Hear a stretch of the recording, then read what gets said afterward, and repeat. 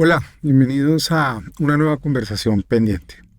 Después de las elecciones del 26 de octubre, en las que resultó triunfador en la consulta del pueblo democrático alternativo Iván Cepeda y que obtuvo más de 2.600.000 votos, el país iniciará un diálogo entre diversas corrientes políticas que creo que va a captar y necesita del interés de todas y de todos los colombianos, porque ni más ni menos de esa negociación política dependerá que en marzo las fuerzas progresistas, liberales, democráticas logren un consenso para ir unidas a una candidatura que enfrente, por supuesto, a el país más radical de derecha o de ultraderecha en todo caso.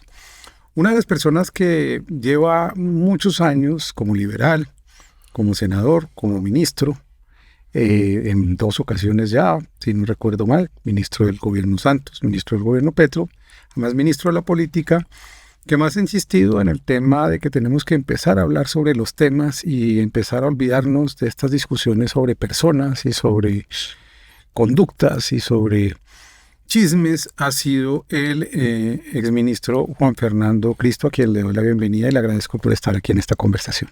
Juan David, encantado de estar aquí en esta conversación que teníamos pendiente desde hace ya un tiempo. Gusto en verlo. Desde que en febrero nos despedimos. Nos despedimos un poco accidentadamente, rápidamente. Pero yo quiero empezar por ahí, exministro Juan Fernando. ¿Qué es lo que estás viendo como posibilidad de conversación? No necesitamos en este programa tener chismes, sino cuáles son las ideas que tú escribiste una carta a Iván Cepeda, a Carolina Corcho. ¿Qué es lo que dices en esa carta y cuál es el planteamiento temático para que después, durante la conversación, nos concentremos en algunos de esos temas que creo que son importantes para el país? Pues mire, Juan David, la carta tiene un sentido claro, que lo hemos conversado además con muchos sectores democráticos del país y que tú tal vez recordarás. Insistí mucho también durante mi paso por el Ministerio del Interior, y es que el país no puede seguir girando alrededor de Petro o antipetro o alrededor de Uribe o anti-Uribe. Eso está consumiendo las energías positivas de este país. Esto está de alguna manera conteniendo la posibilidad de avanzar en más transformaciones que son las que necesita Colombia. Nosotros planteamos durante el paso por el Ministerio del Interior un acuerdo nacional, avanzamos en muchos temas, se consiguieron acuerdos en algunos temas. En ese entonces se tranquilizó un poco el panorama político, el escenario político, se dieron unas digamos, pautas que señalaban con claridad lo que está pasando hoy. Que va a haber elecciones, que se va a cumplir el calendario electoral, que no hay saltos al vacío desde el punto de vista institucional, que era lo que algunos sectores de la oposición ultraderecha le planteaban al país, una política llena de generar miedo, incertidumbre, zozobra en la población. Hoy, comentamos la semana pasada, curiosamente con unos amigos, tenemos las elecciones con mayor número de candidatos, con mayor movimiento, con mayores opciones. Hoy estamos en una incertidumbre, lo cual es positivo, grande para el país sobre qué va a pasar en las elecciones. Una de las definiciones que más me gusta a mí de democracia que se está aplicando hoy en Colombia es aquella que dice que la democracia es un escenario de reglas ciertas para resultados inciertos. Hoy estamos en eso en Colombia. La llegada del primer gobierno de izquierda democrática a Colombia normalizó esta democracia, le generó alternancia de poder. Nosotros no habíamos tenido alternancia de poder en Colombia, y eso hay que mantenerlo. Eso es bueno para Colombia, olvidándonos de izquierdas, de derechos, de derechas, de centro, etc. Es en ese escenario donde digo yo, Colombia necesita, sea el gobierno que se elija a partir del 7 de agosto, Colombia necesita avanzar. Yo insisto en la necesidad de un acuerdo nacional de mínimos.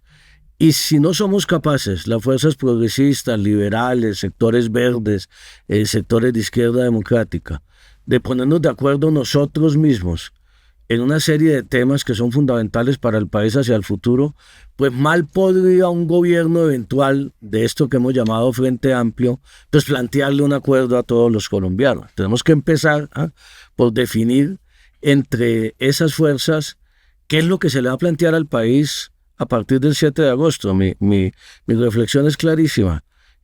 Hay Colombia y hay país después de Petro, después del gobierno Petro.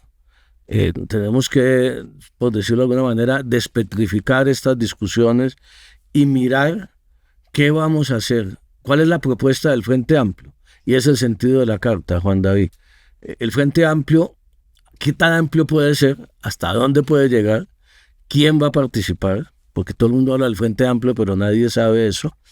¿Y cuál va a ser la propuesta del Frente Amplio para los colombianos en términos de seguridad y paz, en términos institucionales, en términos de la crisis fiscal, en términos del tema de la salud, en términos de autonomía territorial? Hay 5 o 6 grandes temas que yo planteo en esa carta, sobre los cuales, antes de dar un paso y decir vamos a hacer una consulta en marzo para escoger un candidato, el Frente Amplio no puede ser un procedimiento mecánico para escoger un candidato, que es lo que están haciendo en la derecha. Busquemos un candidato simple y sencillamente en contra de Petro, independientemente de que no estemos de acuerdo entre nosotros, pero tenemos que derrotar a Petro.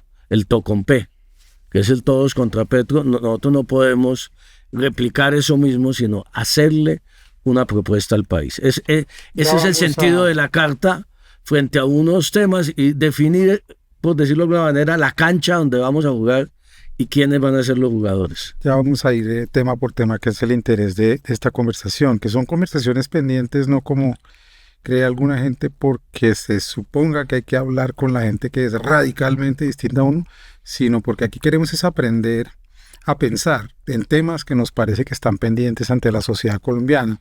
Uno de ellos, antes de ir a cada uno de estos temas que son realmente importantes para que la gente los comprenda, es entender por qué Colombia, desde el Frente Nacional, después desde la Paz de Belisario, después del diálogo nacional que proponía Bateman y el M-19, la constituyente, el acuerdo sobre la fundamental de Álvaro Gómez, y así sucesivamente, nos la hemos pasado promoviendo acuerdos políticos que no hemos podido cristalizar del todo, que no hemos podido pensar del todo. Y la pregunta la hago pensando entonces es, ¿cuál es el marco ideológico de ese Frente Amplio? ¿Hasta dónde llega ese Frente Amplio? Olvidándonos de las personas. No nos importa si son una mujer, un hombre de Antioquia, Bogotá, del Santander, no importa.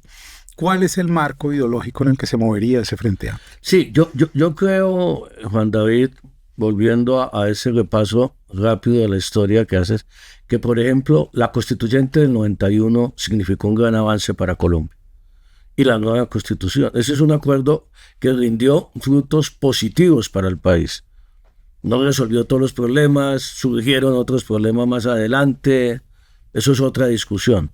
Pero yo creo que hay que volver a repetir ese momento del país en estos momentos. Cuando la gente dice hoy, estos sectores radicales de oposición que no tienen una propuesta para Colombia, que el país está destrozado, que el país está acabado, que esto es un desastre y tal, pues uno se va a mirar la realidad y eso no es cierto, ¿no? Y eso contrasta con la realidad, eso es una gran mentira. Pero sí es cierto que hay unos grandes desafíos que tenemos aún pendientes para resolver. Entonces usted me dice, ¿hasta dónde ese marco? Yo diría que esto es una carrera por etapas, esto no es... ¿Pero cuál es?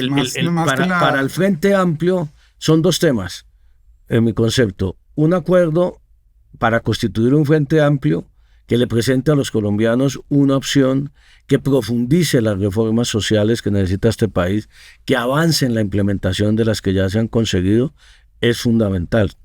¿Cuál es el marco de ese Frente Amplio?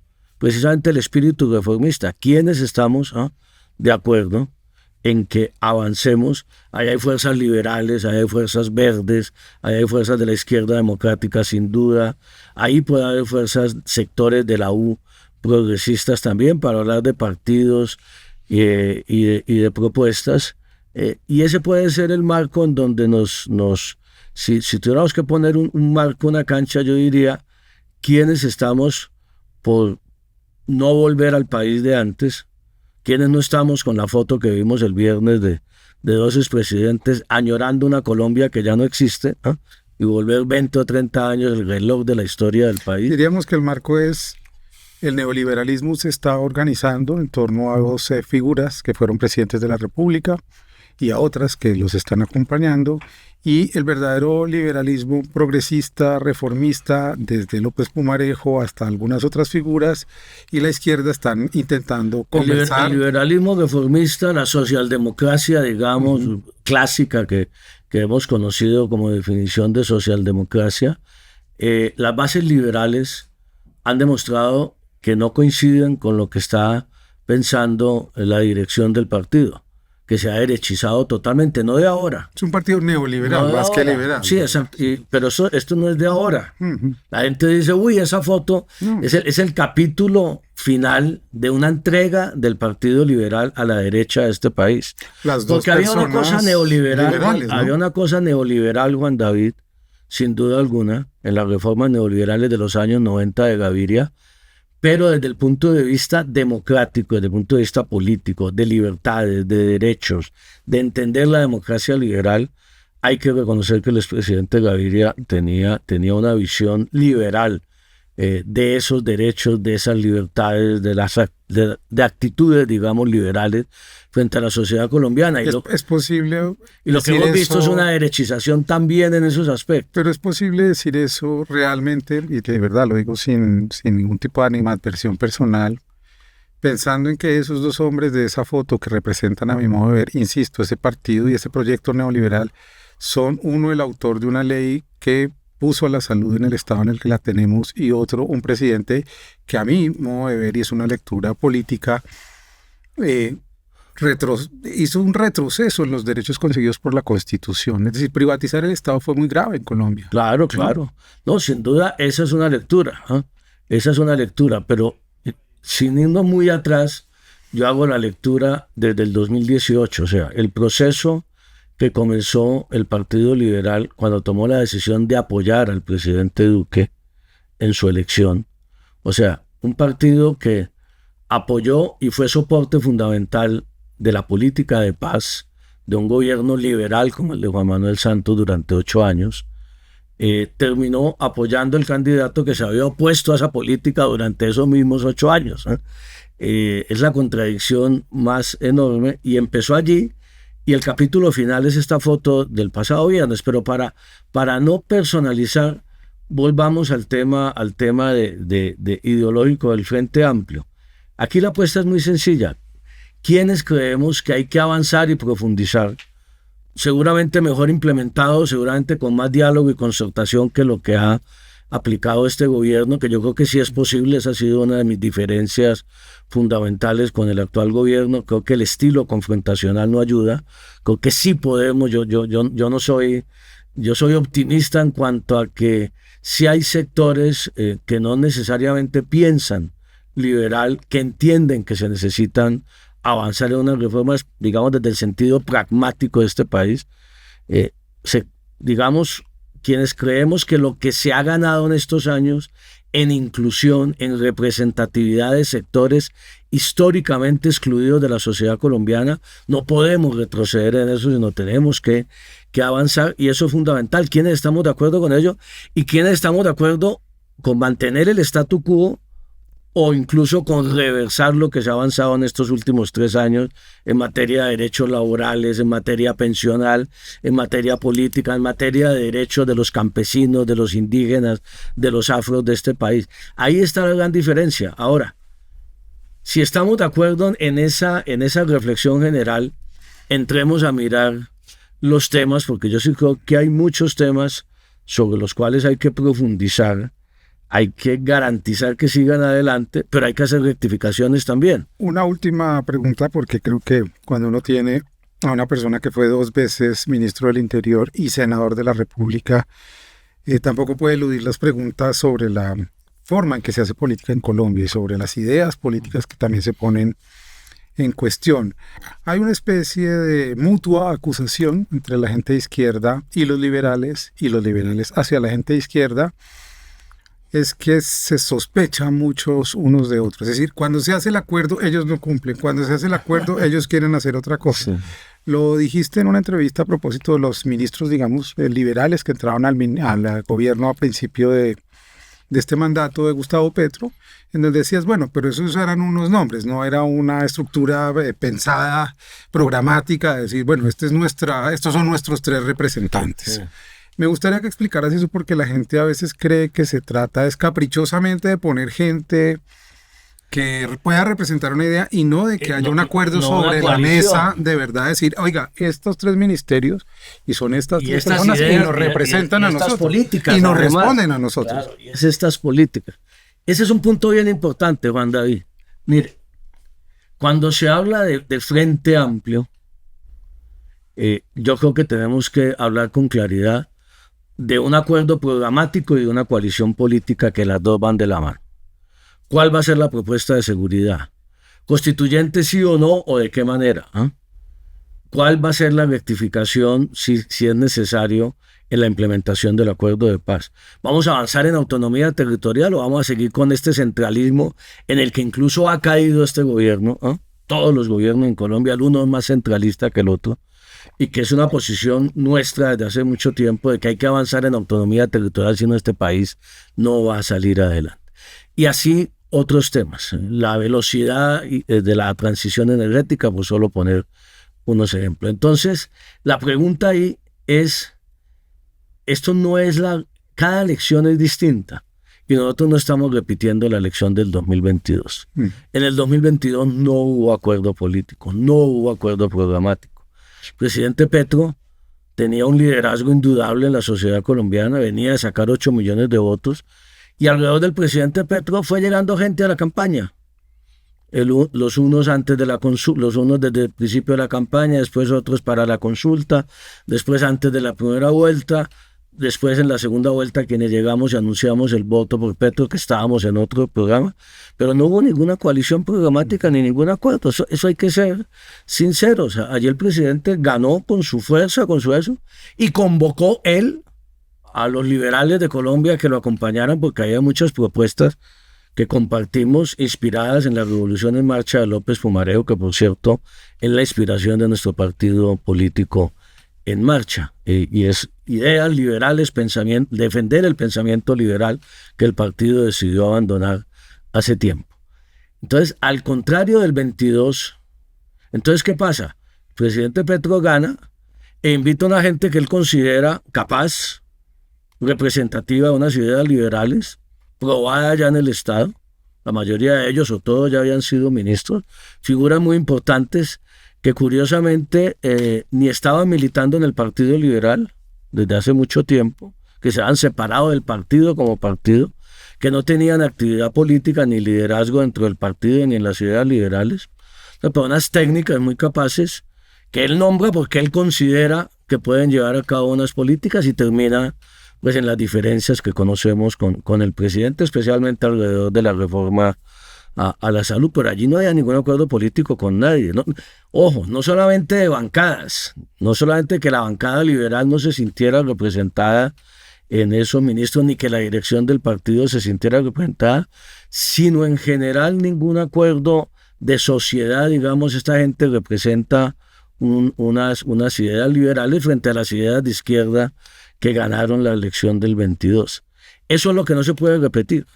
Se tratará entonces... Eso lo que hay que hacer es un frente amplio, de verdad una coalición, no una unión alrededor de un caudillo, por importante que sea, sino cuáles ideas van a gobernar a Colombia a partir del 7 de agosto, cuál va a ser el equipo y cuál va a ser la propuesta para Colombia, vuelvo e insisto, más allá de Petro, porque Petro se va el 7 de agosto del 26, siempre lo dijimos, había sectores que lo dudaban.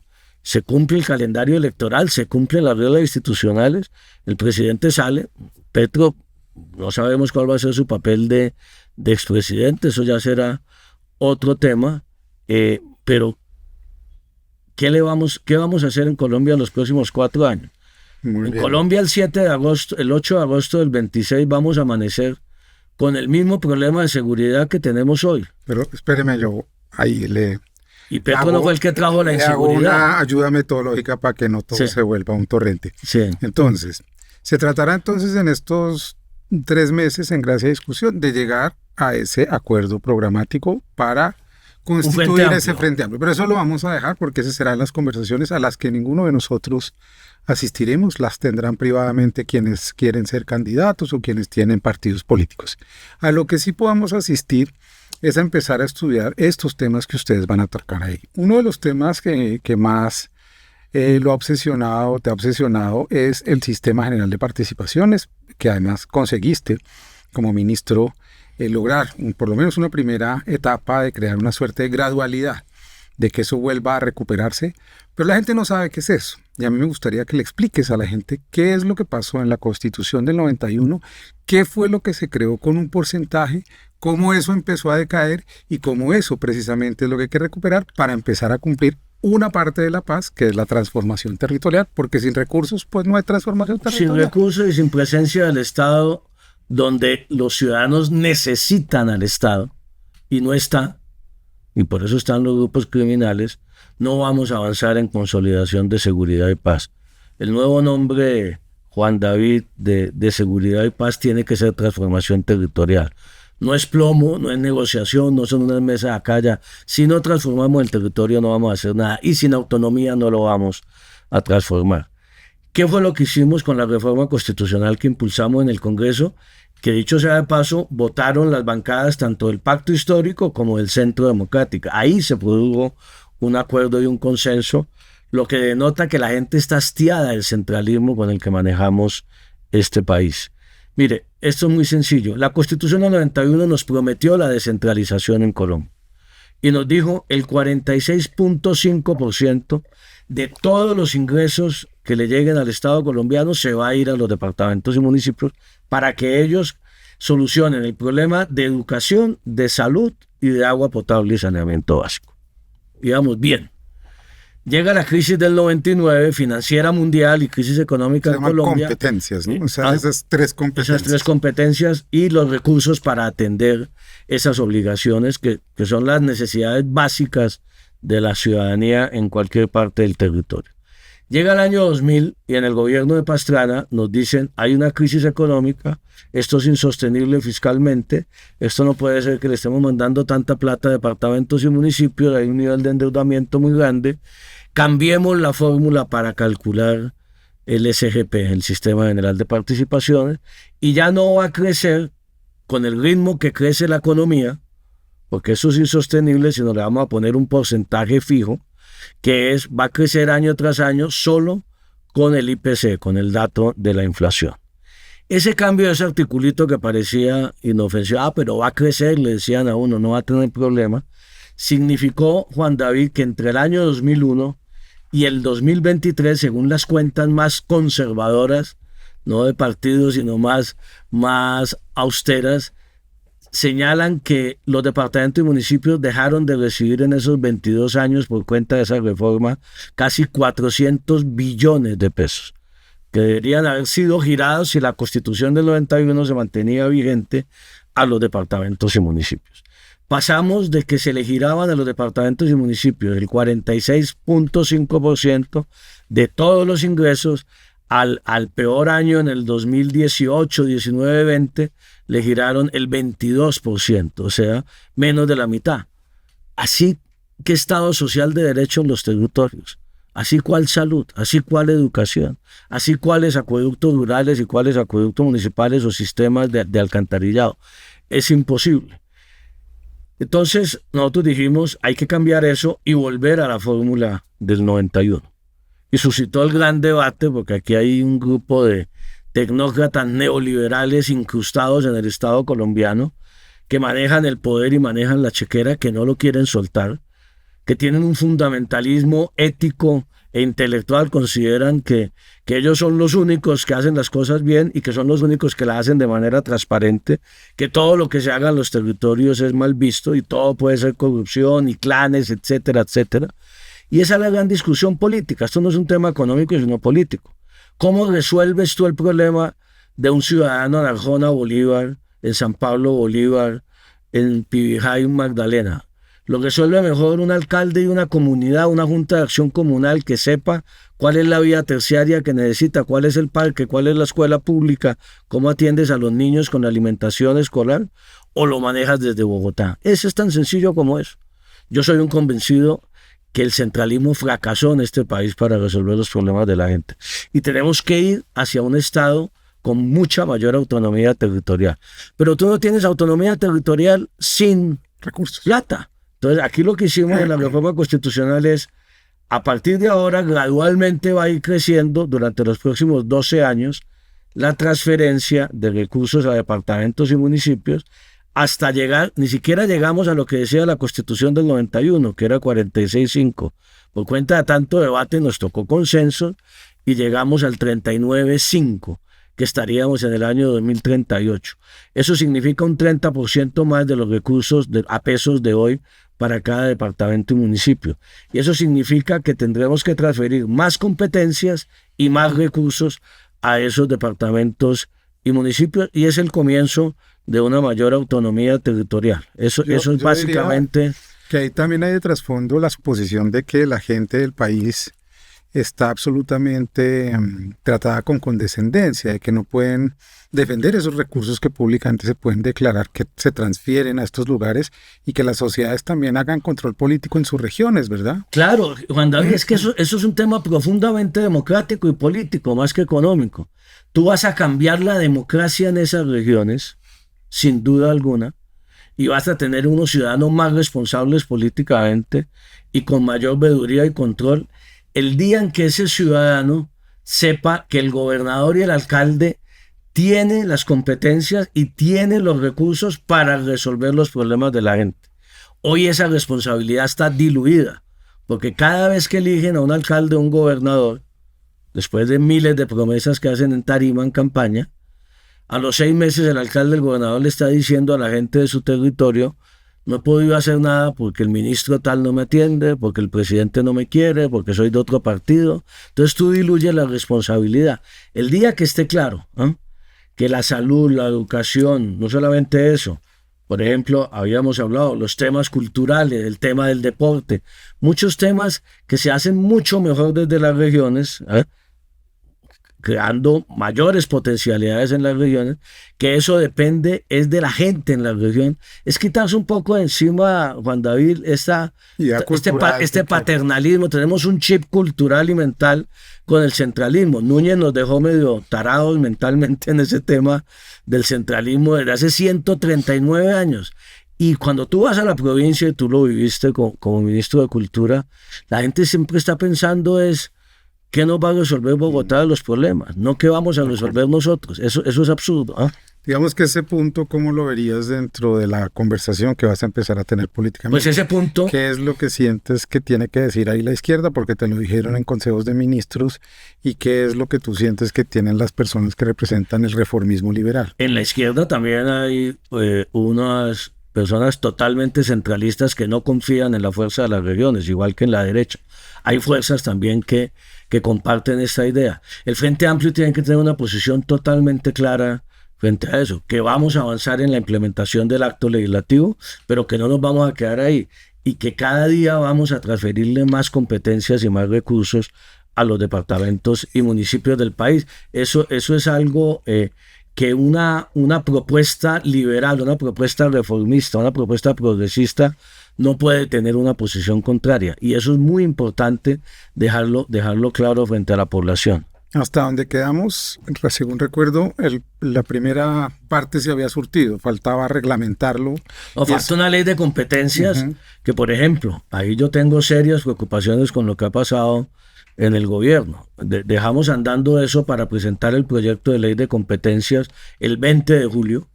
Estamos ya a noviembre, 3 meses después, y el gobierno no lo ha presentado. Ha dejado de un lado eso, hay discusiones internas de cuánta plata para la salud, para la educación, para nuevas competencias también que tienen que haber, porque aquí en el fondo hay una discusión muy importante, Juan David. Yo creo, y eso nos metemos en otro tema que tiene que abordar el Frente Amplio, nosotros necesitamos un Estado central mucho más chiquito, mucho más delgado, que cumpla unas funciones esenciales y básicas de relaciones internacionales, de justicia, de seguridad, e irle transfiriendo a las regiones todo lo demás. Y tú no puedes mandar más recursos a las regiones si no adelgazas el Estado central.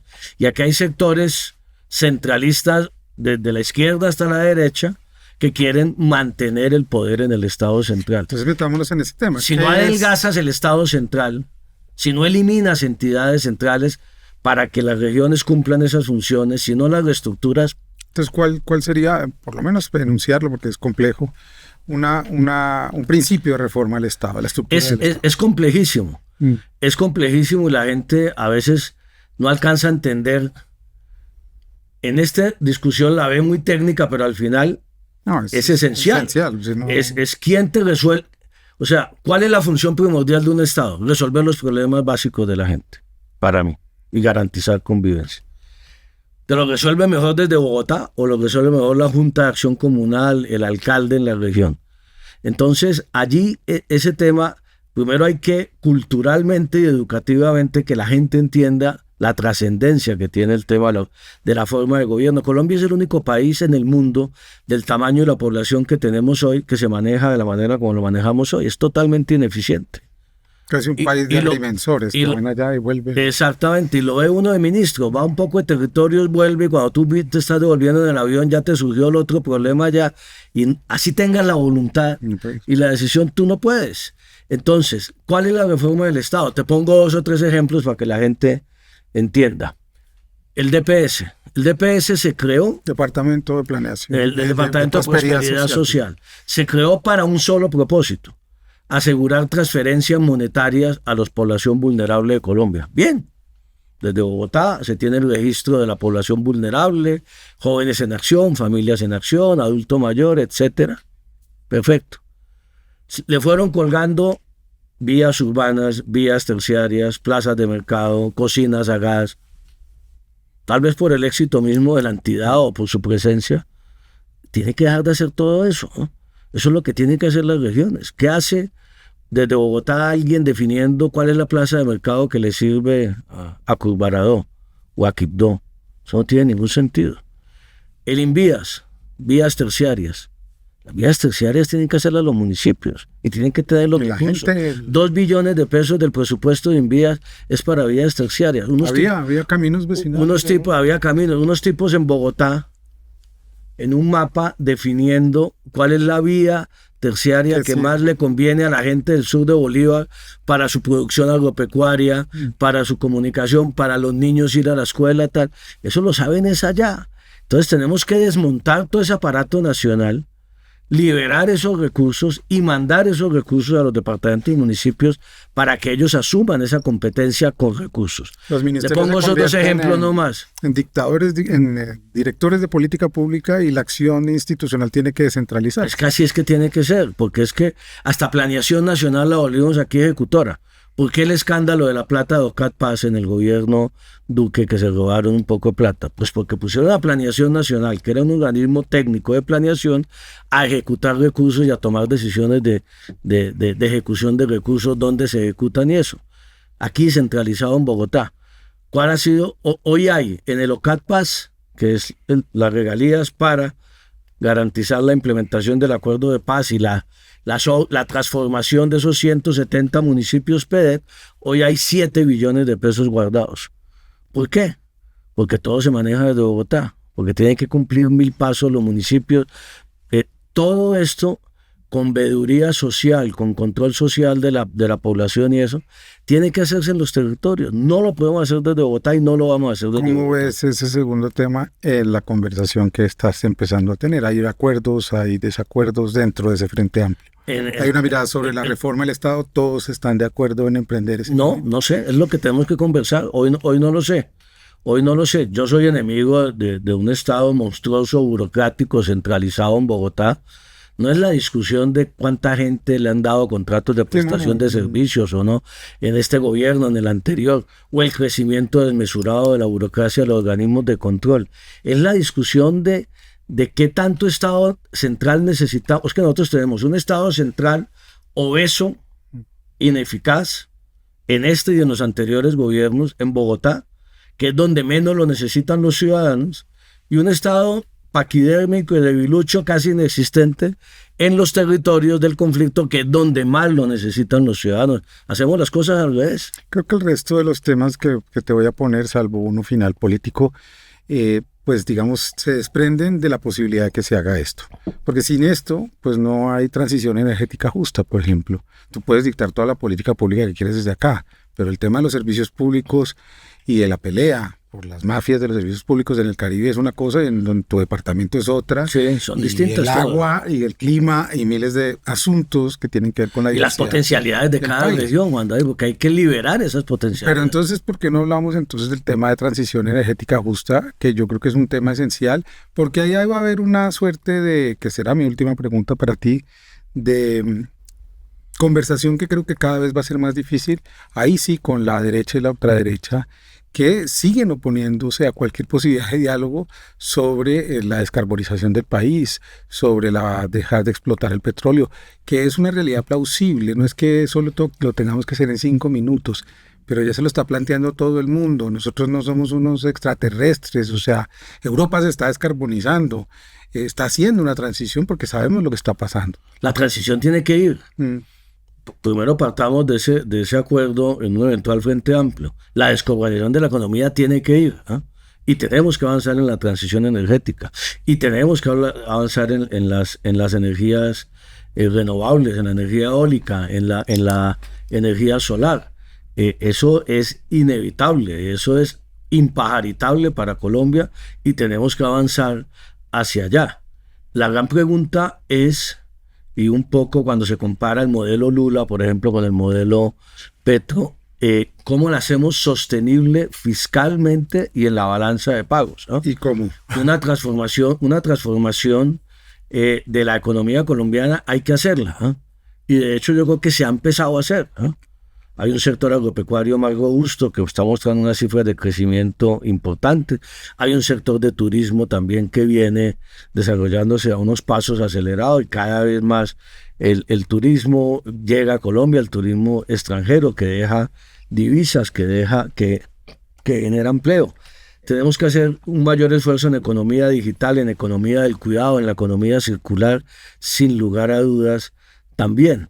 Pero aquí lo que hay que definir es, la discusión de la descarbonización no es solamente si fracking sí, si fracking no. Yo creo que ahí podemos estar todos de acuerdo en que el fracking, por un principio de prevención, no debería aplicarse en Colombia. Pero no nos podemos encerrar ahí solo. Exactamente, eso no es una discusión, sino cómo hacemos un ecosistema económico que resista hacia el futuro. En materia de balanza de pagos, en materia fiscal, pues obviamente que gradualmente vaya desapareciendo el petróleo y el carbón de la economía colombiana. Creo que ahí no habría problema en ese acuerdo. Ahí es un tema de ritmos, hay un tema de política pública y un de tema estrategia también. De estrategia de crecimiento económico alternativo, y un tema fundamental de tiempos también, de tiempos y procedimientos y eso. O sea, me parece que digamos, en el caso de Ecopetrol, por ejemplo, está bien que se empiece a pensar en una Ecopetrol transformada y eso, pero tenemos que ser conscientes de que el petróleo que hay hoy hay que sacarlo, y esos recursos y esas divisas son importantes también para precisamente generar nuevas fuentes de financiamiento en la economía colombiana. Yo creo que allí es una discusión que va a ser muy interesante, en la cual creo que se pueden encontrar coincidencias sin radicalismos de lado y lado. De acuerdo. Cuarto tema, que yo creo que ahí, y tengo que decirlo respetando mucho el acuerdo de paz de La Habana que ustedes hicieron, y digo ustedes porque hiciste una ley de víctimas, hiciste una cantidad de cosas que permitieron que ese acuerdo tuviera una base institucional. Sin el ecosistema de la paz, el acuerdo no habría llegado a ningún lado. Y uno de los puntos, por supuesto, el primer punto del acuerdo es la reforma agraria integral. Y yo diría que un tema de fondo ahí, que es la soberanía alimentaria de este país. Digo que quería hacer un llamado de atención, con todo el respeto, al expresidente Santos, que ha dicho que el acuerdo se descuidó en este gobierno. Yo me pregunto si descuido es entregar más de 500.000 hectáreas de tierra cuando el pasado gobierno no entregó ni 20.000. Es decir, Cuando tú hablas de transformación territorial, yo me pregunto si empezar a entregar la tierra no es un comienzo de esa transformación territorial. Yo creo que en eso tenemos una cordial diferencia con el expresidente Santos, y así se lo planteé yo en alguna respuesta alguna vez que planteó que no se había hecho nada, ¿eh? Yo creo que comparar al gobierno Petro con el gobierno Duque en materia de implementación del acuerdo de paz es profundamente injusto y equivocado. Decir que ninguno de los dos gobiernos ha hecho nada en implementación del acuerdo es equivocado. Partamos de esa base, primero. Segundo, no se puede caer en la trampa, que es la que algunos sectores de la derecha están planteando. No sé si te has dado cuenta, Juan David, que hay una derecha cada vez más dedicada a desaparecer el gobierno Duque, a hacernos creer a los colombianos que el 7 de agosto del 2018 terminó su periodo Juan Manuel Santos y el 8 de agosto entró el gobierno Petro y los 4 años de Duque desaparecieron. Y los 4 años de Duque hicieron un enorme daño a Colombia, en todos los frentes, pero especialmente en el tema de la seguridad y la paz. Porque su obsesión en contra del acuerdo de paz... Y en el moral, estar en contra de la paz moralmente es muy duro para un país. Es éticamente insostenible. Además, hizo un enorme daño el discurso contra el acuerdo de paz. Y curiosa y paradójicamente, listo, no les gustaba el acuerdo de paz, no implementaron el acuerdo de paz, uno diría, fortalecieron las fuerzas militares para su política del garrote a los grupos ilegales. Y tampoco lo hicieron. Cuando usted mira las cifras esto no es una afirmación mía, sino con base en datos del Ministerio de Defensa, del número de efectivos y el número de municipios en donde el 7 de agosto del 2018 estaban el ELN, las disidencias y el Clan del Golfo, y cómo entregaron el 7 de agosto del 22 al presidente Petro el número de efectivos, ahí es donde se pega la trepada y el crecimiento geométrico, más del doble en disidencias, más del doble en municipios del ELN. Ahí es donde se crece todo por la no implementación del acuerdo de paz y por la ausencia de una estrategia de seguridad. Que la política de paz total, yo tengo que decirlo con franqueza, no salió bien. A veces hay gente a la cual de este gobierno que le cuesta trabajo reconocerlo, pero ya estamos a 10 meses, allí no va a haber resultados. Y no salió bien, primero que todo, por la falta de decisión y de voluntad política de los grupos ilegales de abandonar la violencia. Y también por el desorden en la implementación de la política de paz total, tener 9 mesas paralelas, no tener un marco jurídico para esas negociaciones, en fin. Y allí podemos tener diferencias al interior del Frente Amplio. Yo soy consciente de eso y tenemos que discutirlas. Ahora, ¿cuál es la equivocación de comparar los dos? Yo entiendo la afirmación del expresidente Santos en este sentido. Creo que se cometieron 2 grandes equivocaciones en este gobierno con la política de paz total. Una era partir de la base de que la implementación del acuerdo de paz con las FARC era, entre comillas, no digamos enemiga, pero era adversaria de la política de paz total. Desde el principio lo dijimos, yo estaba fuera del gobierno. Eso es un absurdo, porque es que la paz, ¿cuánta gente vive en los territorios de las 170 municipios PD? 7 millones de colombianos. Allí es donde se está reproduciendo el conflicto. Los beneficiarios de la política de paz total o de implementar el acuerdo de paz son los mismos. Y el propósito tendría que ser el mismo, es sacar de la violencia a esos 7 millones de colombianos que están expuestos a la violencia de los distintos grupos armados. Y nunca se entendió por parte de funcionarios del actual gobierno que esas políticas eran complementarias. No fue posible eso.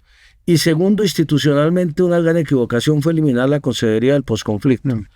Interpretando al presidente Santos, no soy intérprete calificado de él, yo creo que esos 2 temas le quedaron a él más allá de las cifras de cumplimiento, me explico, es como la percepción general de política que tú puedes tener y que se tiene en muchos sectores de la población. Se abandonó la implementación del acuerdo de paz para meterse en la paz total y no funcionó la paz total y el acuerdo tampoco se implementó. Ahora, cuando uno va a datos, ya para rematar, en el punto 1 del acuerdo de paz, este gobierno ha conseguido resultados espectaculares, sin lugar a dudas.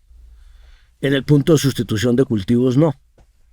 No, y tampoco lo hizo el gobierno Duque y se dejó planteado en el gobierno Santos y se abandonó en el gobierno Duque el famoso PENIS.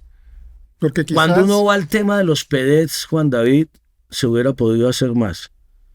Y nosotros intentamos desde el ministerio los pactos territoriales, juntar a comunidades, concejales, dejar definidos unas obras prioritarias de impacto, y la verdad no fue fácil avanzar en eso. Allí se hubiera podido avanzar más. Luego esto es de grises y no de blancos y de negros. En el tema de seguridad de los excombatientes, yo diría que cuando uno mira las cifras, en este gobierno se ha mejorado, pero no suficientemente tampoco. Es muy doloroso. Uno puede decir que tenemos 10 muertos menos o tal, Sí. y eso es una impotencia del Estado colombiano para garantizarle la vida a unos señores, que es lo difícil de entender también, a unos señores que se desarmaron, que están cumpliendo con el acuerdo, están cumpliendo con reincorporarse a la vida civil, y que están expuestos a que los asesinen los disidentes de ese acuerdo, que están sentados en una mesa con el gobierno.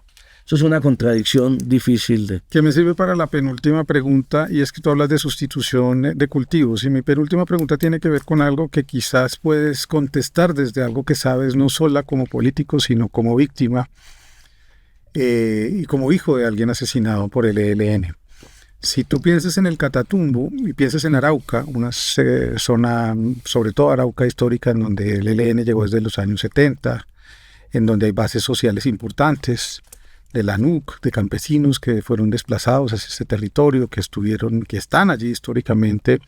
Piensas incluso en su comandante Pablito, y piensas en lo que tú me dices, en sustitución de cultivos no se avanzó. Mucha gente que está dentro de los procesos, yo mismo estoy trabajando en el proceso de Comuneros del Sur, en Nariño, nos preguntamos cuál es la oferta. Entonces, si tú dices yo no voy a instalar una mesa, a mí no me interesa eso, o no me interesa como propuesta, no por ti como si tú eres, Sí. yo no plantearía eso, yo planteo la transformación territorial. Pero entonces, ¿cuál es la oferta para gente que productivamente y económicamente vive de esta economía? Es que no podemos seguir con el prurito de que estos son economías ilegales y el país vive alrededor de esas economías, del oro de Nariño, ¿cierto? De la coca, que fue sembrada en Nariño a partir de los años 90, no llegó hace 100 años. Y así sucesivamente. El Catatumbo igual de los años 90. Entonces, ¿cuál es la oferta del Estado colombiano para gente que, como me lo decían ciertas comunidades en la cordillera, en Nariño, pues exministro, nosotros construimos nuestras casas con esa planta. Nosotros tenemos dignidad gracias a esa planta. Claro. El problema es que aquí llegan a decirnos que sustituyamos y que vendamos racimos de plátano a 10.000 pesos. Entonces esto no nos da. ¿Cuál es la oferta entonces que podemos hacer como Estado? Mira, yo soy optimista a pesar de todas esas dificultades con esa transformación territorial. Si hacemos lo que tenemos que hacer, Juan David, es que aquí no hemos hecho lo que hace parte de todo lo que aquí no hacemos lo que tenemos que hacer. Yo me resisto a militar en el partido del catastrofismo y del fatalismo, he venido diciendo. Hay que ser optimista. Este país ha superado muchas dificultades y esta no es la más grave cuando uno compara con la historia reciente. Y usted me dice, ¿cuál es la oferta? Yo tengo una convicción, y ahí es donde llegamos al acuerdo nacional. Y yo le insistía mucho a la bancada del Centro Democrático cuando estábamos en este tema de los pactos territoriales, alrededor de los PED, que quedó, o sea, nosotros, Juan David, ya tenemos claro qué hay que hacer en esos territorios. Están sobrediagnosticados. Cauca, Chocó, Nariño, Catatumbo, Arauca. Ya tenemos claro qué es lo que hay que hacer en materia de desarrollo económico, de infraestructura, de educación pública, de los bienes del Estado en esos territorios. Tenemos que hacerlo. ¿A qué me refiero? Tiene que haber un acuerdo de todas las fuerzas políticas. Yo le decía a algunos sectores del Centro Democrático, si quieren, quitemos la palabra acuerdo de paz. Si quieren, quitemos la palabra PEDETS.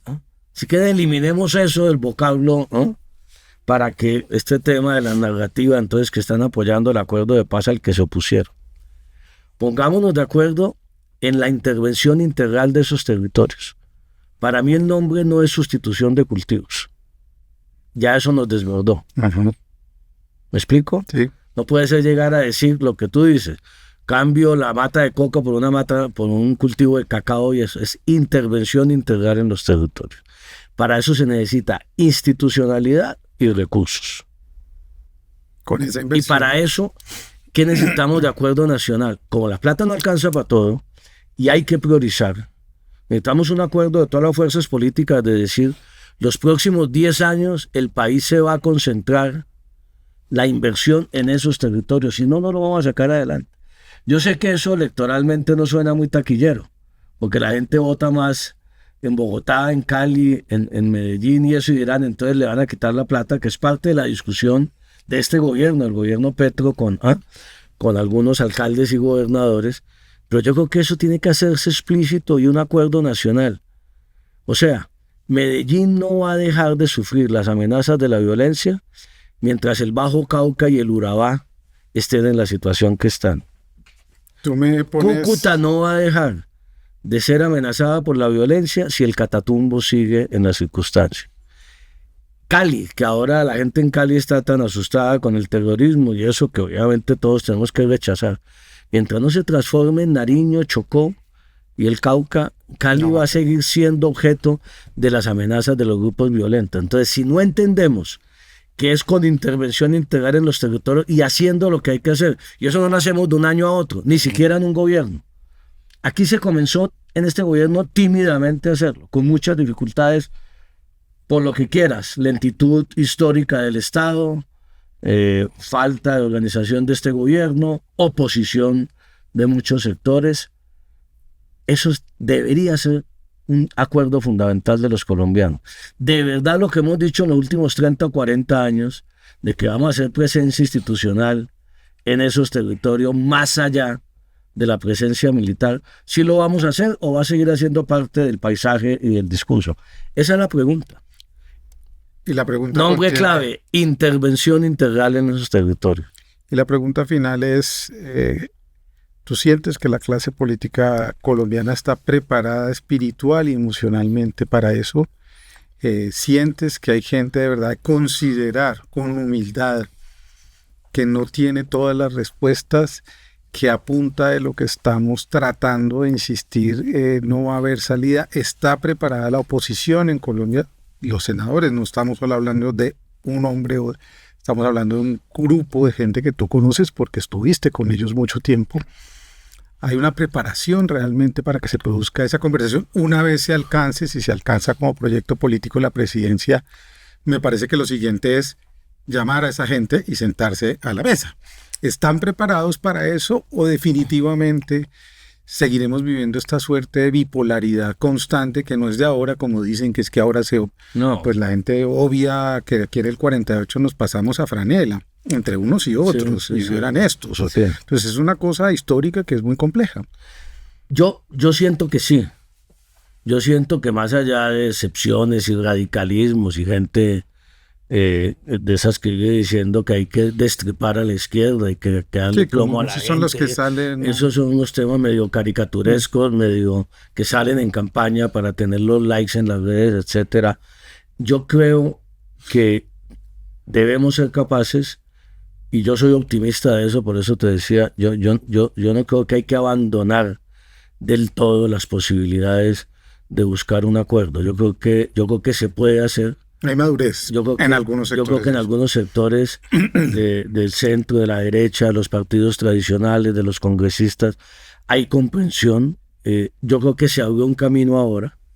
En este gobierno, que muchos sectores de la población han visto, porque imagínense, restablecer los derechos de los trabajadores en Colombia como si fuera la gran revolución generó toda esta, o garantizarle pensión a 3 millones de adultos mayores, garantizarle un mínimo de dignidad al futuro.